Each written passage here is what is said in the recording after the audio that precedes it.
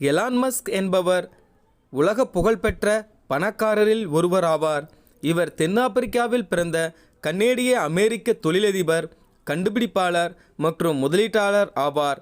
இவர் தற்போது ஸ்பேஸ்எக்ஸ் நிறுவனத்தின் முதன்மை செயல் அதிகாரியாகவும் மற்றும் தலைமை தொழில்நுட்ப அதிகாரியாகவும், டெஸ்லா மோட்டார்ஸ் நிறுவனத்தின் கட்டுமான தலைவர் மற்றும் முதன்மை செயல் அதிகாரியாகவும் உள்ளார். எலான் மஸ்க் ஆங்கிலிக்கன் திருச்சபையில் ஞானஸ்நானம் பெற்றவர்.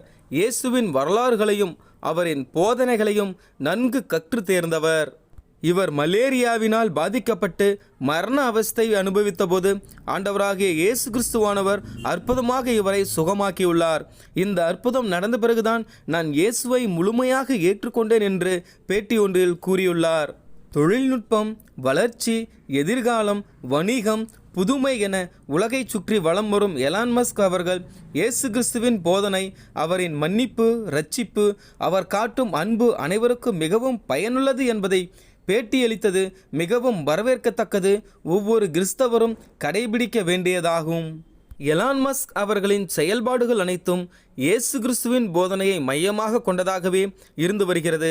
உன்னை போல பிறனையும் நேசி, ஒரு கன்னத்தில் அறந்தால் மறுகன்னத்தையும் காட்டு, மற்றவர்களிடத்தில் அன்பாகவும் பண்பாகவும் நடந்து கொள்ள வேண்டும் என்பதை தனது வாழ்க்கையில் இன்று வரை கடைபிடித்து வருகிறாராம். கிறிஸ்தவர்களை குறித்து அவர் குறிப்பிடும்போது, கிறிஸ்தவ வாழ்க்கைக்கு மிகவும் அடித்தளமாக அமைவது அன்பு, மன்னிப்பு, அரவணைப்பு, சமாதானமாகும். இதுதான் கிறிஸ்தவர்களின் பலம். இதில் ஒன்றையாவது அவர்கள் பின்பற்ற தவறினால் அவர்களுடைய விசுவாசம் வெறும் நிழலை போன்றதாகும் என்று கிறிஸ்தவர்களை குறித்து குறிப்பிட்டுள்ளார். இன்றைய உலகத்தில் இவைகள் கடைபிடித்தால் மட்டுமே உலகமே மிகப்பெரிய எழுப்புதலை காணும் என்றும் கூறியுள்ளார். நீங்கள் எதை விசுவாசிக்கிறீர்களோ, நம்புகிறீர்களோ அதற்காக துணிந்து நிற்க வேண்டும் என்று கிறிஸ்தவர்களிடம் கேட்டுக்கொண்டுள்ளார். எலான் மஸ்க் உலகில் ஒரு மிகப்பெரிய தொழில்நுட்ப வல்லுநராக இருந்தாலும் கூட அவருடைய ஆழ்மனதில் பதிந்த சத்தியத்தை உலகத்திற்கு எடுத்துக்காட்டி கொண்டு வருகிறார். உண்மையான கிறிஸ்தவர்களின் ஆவிக்குரிய வாழ்க்கையில் மிகப்பெரிய எழுப்புதலை காண விரும்புகிறேன் என்று பகிரங்கமாக அறிவித்துள்ளார்.